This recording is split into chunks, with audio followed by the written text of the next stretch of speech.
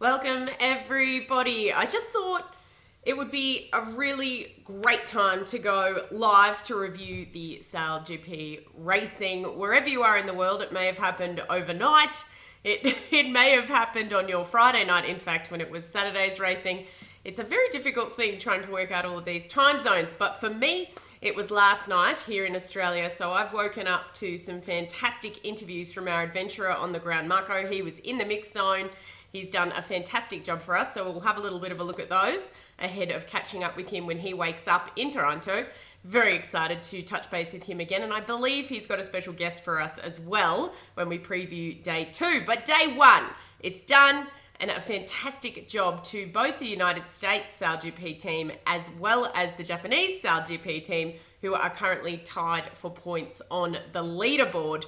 Before we go into the points and how that's all going to work out, especially with race 2 coming up and a play for all race with the top 3, I thought we might review the racing, which we can have a little bit of a look at as well. So let's get straight into it and look at race 1 in Taranto, the first race of the second event of season 2 of SailGP. Here we go. Got all the distance you can get there. Yeah. Coming up hard. Denmark's got a penalty. Pressing over by New Zealand. Cyril, go. Dan won. And then it lightened right off. We saw multiple teams off the foils at various points. One. Hold down. French did a great job today as well. Really soft and then pressure back.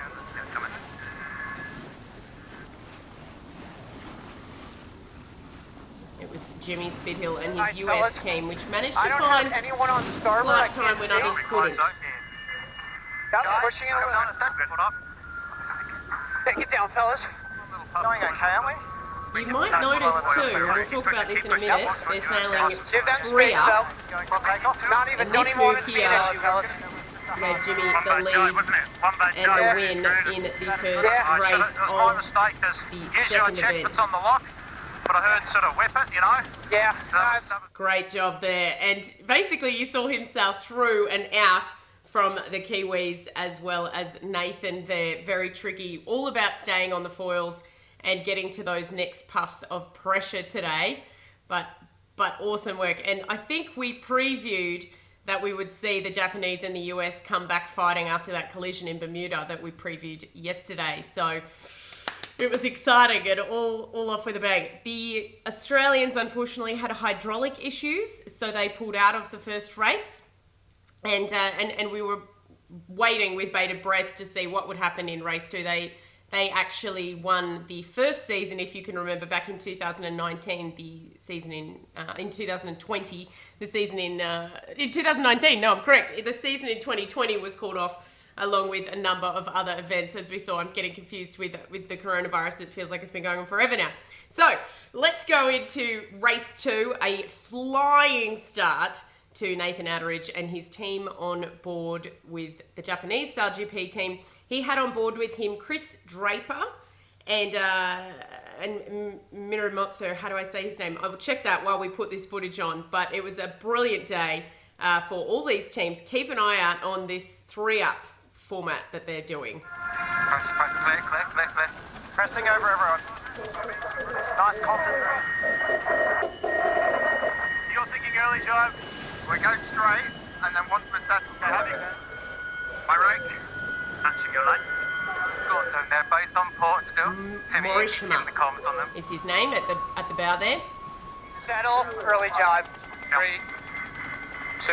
Early lead to the Japanese. The US doing well as well. The Australians, again, we basically saw no airtime for them. Here we go. The Spanish were looking to get back up on the podium as well. Yeah. Coming up. Morishima grinding away there. All of the grinders were effectively acting as tacticians, grinders and flight controllers at various times. And Nathan Outteridge taking the win there in race 2 with the Spanish in second, the British in third, and the United States team in fourth. But Nathan actually said that he was doing the flight control at various times so that Chris Draper could focus on trimming the wing, and then they had Murashima focused on the grind. But most of the people who were grinding across the course of the day, Rome Kirby and CJ were on board with Jimmy. Most of the grinders were also doing flight control and or tactics as well. So it was a massive day for the 3-up teams. Into race 3, and we'll see the teams that finish on top were also the teams that were really keen to sail 3-up. So now not only are we seeing the race committee make a call on which wings will be used, which foils will be used, they're also now making a call on how many crew they're taking. So pretty interesting to see foiling 50-foot catamarans with only 3 crew on board. Absolutely mind-blowing, really, to think how far the technology has come. So here's the third and final race from day 1 of event 2 in season 2 of your SailGP in Taranto.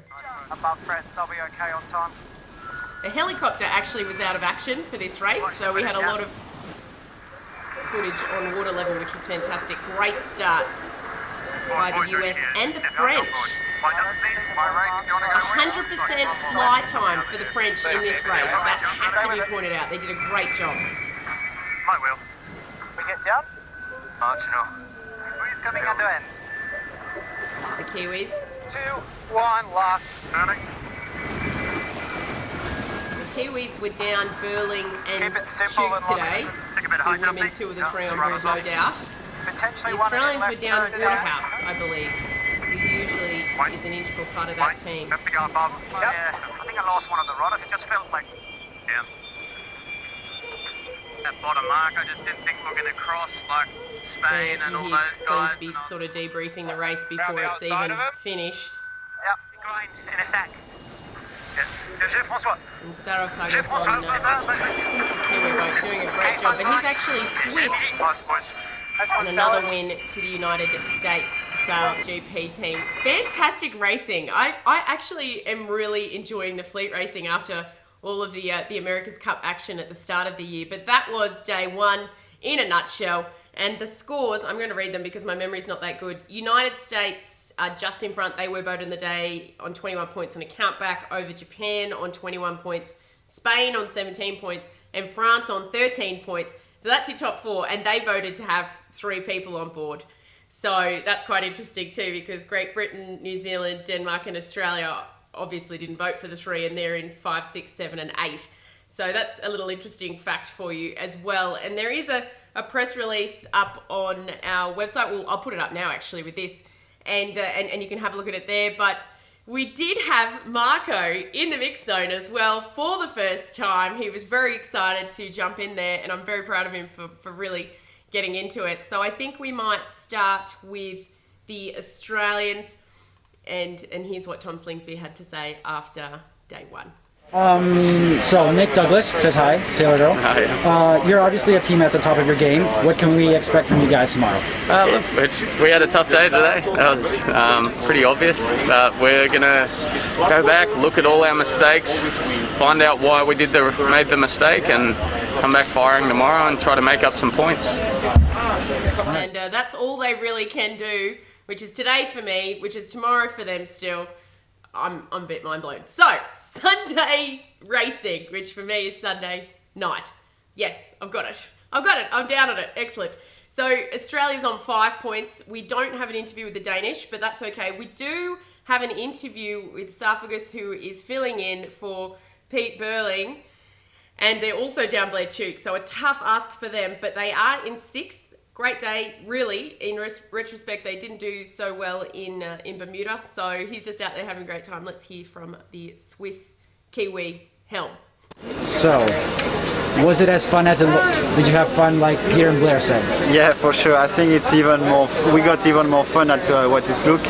We had a blast on the water today, especially 3-up on the boat. It's really difficult, but we are enjoying every second, and I hope tomorrow we're going to have a slightly more breeze to make it even more fun. Nice. And what can we expect from you guys tomorrow? Oh, I hope some better stuff. We really gonna try to push hard, minimize the mistake, and gain a few points that we need to get in the top 3. But everyone is gonna try the same, so it's gonna be hard. We just need to be passionate, sail as we do, and everything should follow well. Okay. It must be hard training with 5 people and then racing with 3. What's the magic formula? Yeah, I think the magic formula is to keep it simple, not try crazy spinning around. And it was already hard to jump on the boat 3 days ago, selling 5.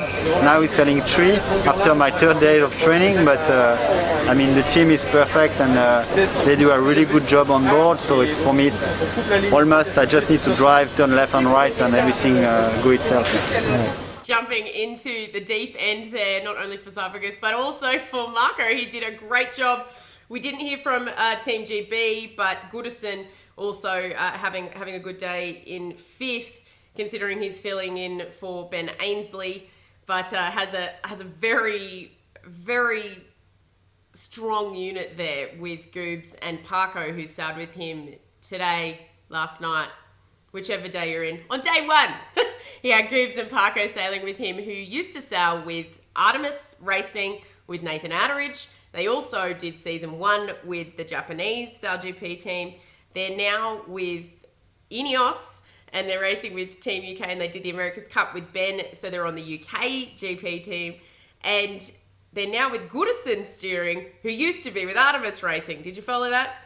So Goody has raced, in a nutshell, with these 2 before. So expecting great things from them on day 2 once they get used to the racing action. And also with the 3 people on board. So in 4th place, we had Billy Besson, and he did a great job, as I mentioned, 100% fly time, which I don't think can be. I'm pretty impressed with that, given the tricky day that it was in that 3rd race to have 100% fly time. But we don't have an interview with him. We do have an interview with 2 from the Spanish SailGP team. We'll start with Florian, and if you haven't seen his Instagram yet, have a look at it. And he's got all of the Italian journalists around him, because they've gone, oh, do you speak Italian? Do you speak Italian? Because he is Spanish. And he's gone, yep, I speak Italian. And his caption is, when you say you speak Italian and then you realise you can't. Because he just got quite shell-shocked when all the marks ended up in his face.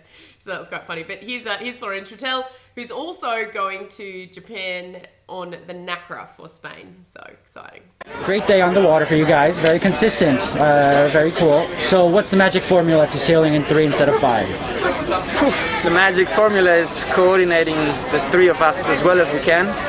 And yeah, probably trying to communicate as well a lot, because at the end of the day we got the flight controller who all of a sudden coming out of maneuvers has to grind a little bit, so he's got to be a little versatile there. But all in all, we're really happy with how we're managing to sail this boat with 3 up.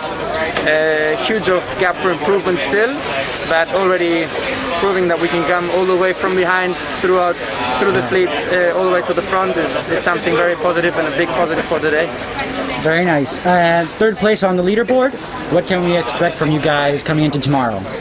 Exactly. I mean, I was just telling Phil when we were coming back, there's only one race here we got to win, and that's the final race.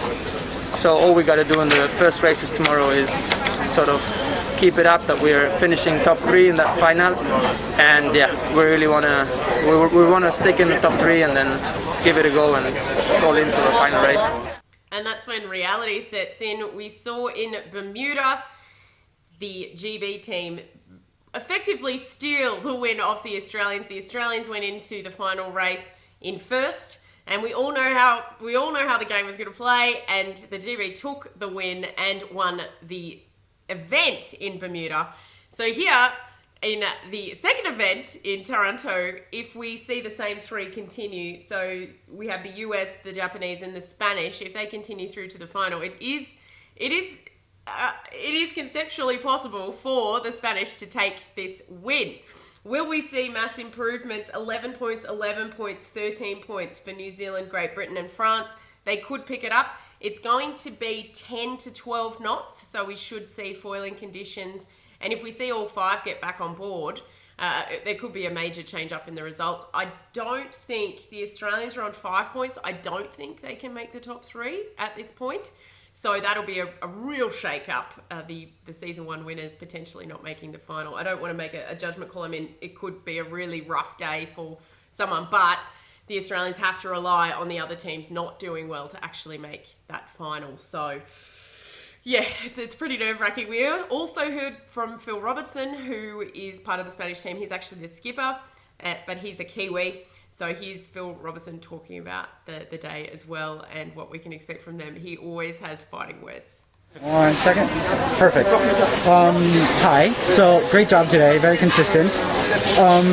What's the magic formula to sailing in 3 instead of 5? Well, look, I think it's pretty simple that, you know, you get a lot more responsibility on board. You're using every appendage you've got to push buttons or hold ropes, and yeah, it's good fun actually. We really enjoy it, and yeah, we're having a good time when it's 3 up. It makes it really fun. So yeah, a lot changes actually. You lose your grinders, so the wing trimmer has to play the twist a lot more to depower the boat, which is actually quite efficient, and that's sort of what teams are aiming to do as a sailing with 5 anyway. So it's really good learning for the 3 people, and yeah, I guess the talented ones are coming out on top at the moment. Nice. And what can we expect from you guys tomorrow? 3rd place at the moment in the rankings.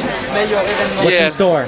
Look, we're 3rd at the moment, and on paper it was a good day, but I'm really disappointed at how we started. We were last in every race, I think around the reach mark, and battled our way through the fleet, which was a real positive. And you know, I think if we can just get off that line in good shape, we'll be coming around the top and yeah, fighting for the wins, I'd say.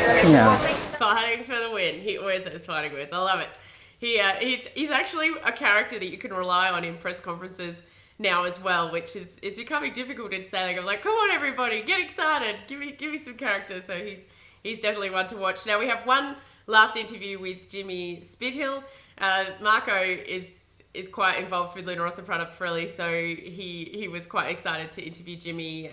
Keko, I thought I had an interview with Keko as well. Actually, I might have an interview with Keko from Japan, so we might show that one first. Keko didn't actually sail on the boat for the first day. He wasn't actually there. It was Chris Draper, Mirashima, and Nathan Outridge, as I mentioned, but he is a local and he is now part of the Japanese SailGP team with the hopes of having an Italian team for next year as well. So we'll see what happens. But here's the interview with Keko. Good. I did think I had that. And we've got the interview with Jimmy, which is hilarious. So these 2 Luna Rossa interviews effectively to finish off, which Marco was super excited about. So here's Keko.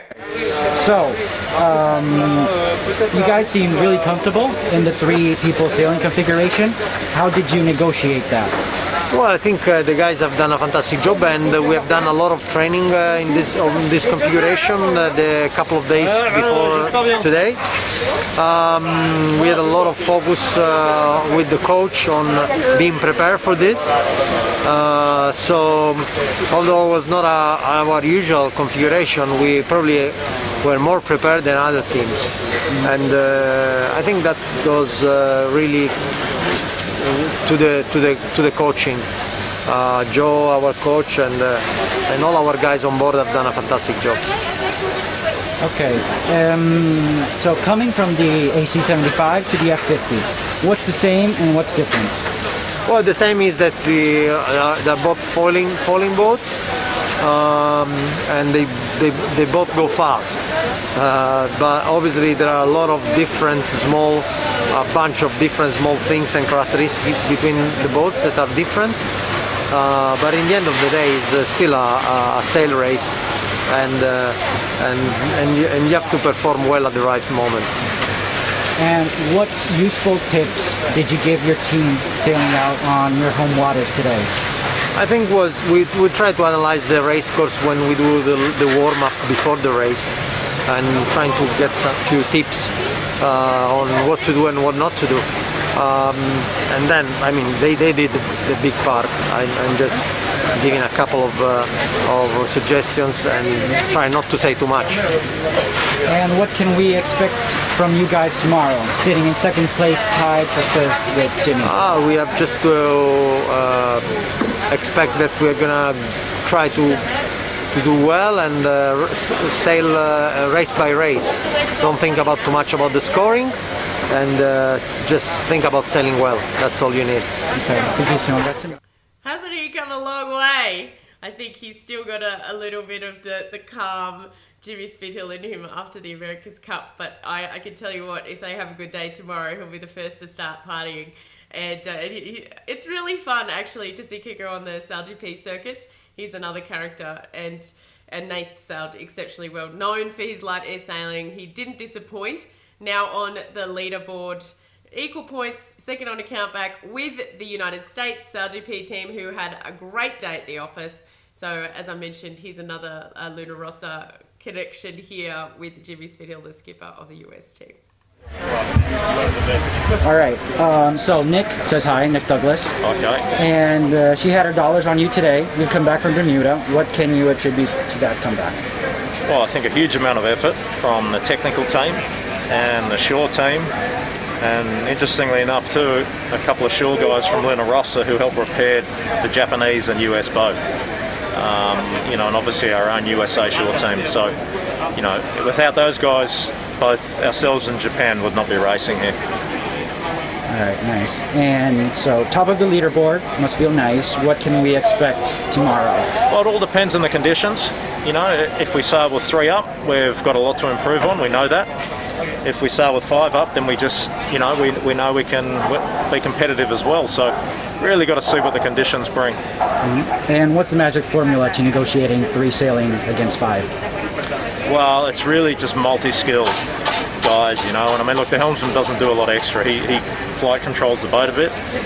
But when you look at, let's say, CJ and Rome, they really are 2 of the best guys in the world in that they can do multiple roles. I mean, they're both very good helmsmen, both good trimmers. So, yeah, we're pretty lucky to have guys like that can do a number of roles at a world-class level. All right, nice. Thanks.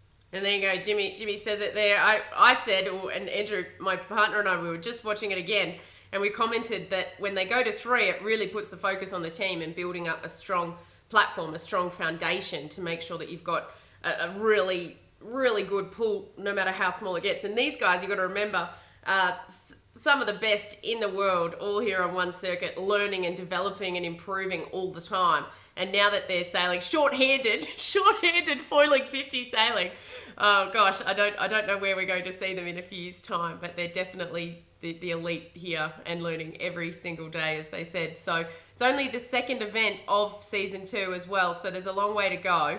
But that said, tomorrow or today, for day 2, it's all to play for. So it'll be really exciting to see who ends up in that top 3 and then who comes out on top in Italy. It could be very, very different to the first event, which will make the overall leaderboard incredibly exciting. So we'll be back. I'm just checking the clock. It's quarter to midday my time. In about 4-5 hours, we should have Marco up and ready to go and back on the ground in Italy. So we'll preview the racing then when we have an up-to-date weather forecast and a special guest as well, a sailor girl who's on the ground and is very experienced in foiling herself. It's the current female Moth World Champion, should join us. So we'll keep you posted on that. Lovely to be with you and to recap the racing. If you're in the US or the European nations, I think will be sleeping at the moment. But if you are in the US or Australia or wherever you might be, remember that you can head to our website, www.sailorgirlhq.com, to find out how you can watch the action in full. I myself am watching on KO in Australia. It's free, so make sure you have a look if you get the chance. And I'll see you all very soon for more racing action. I'm so excited to have some more events happening again. And wherever you are, if you are going sailing this weekend, let me know and have a great time. See you soon, everybody.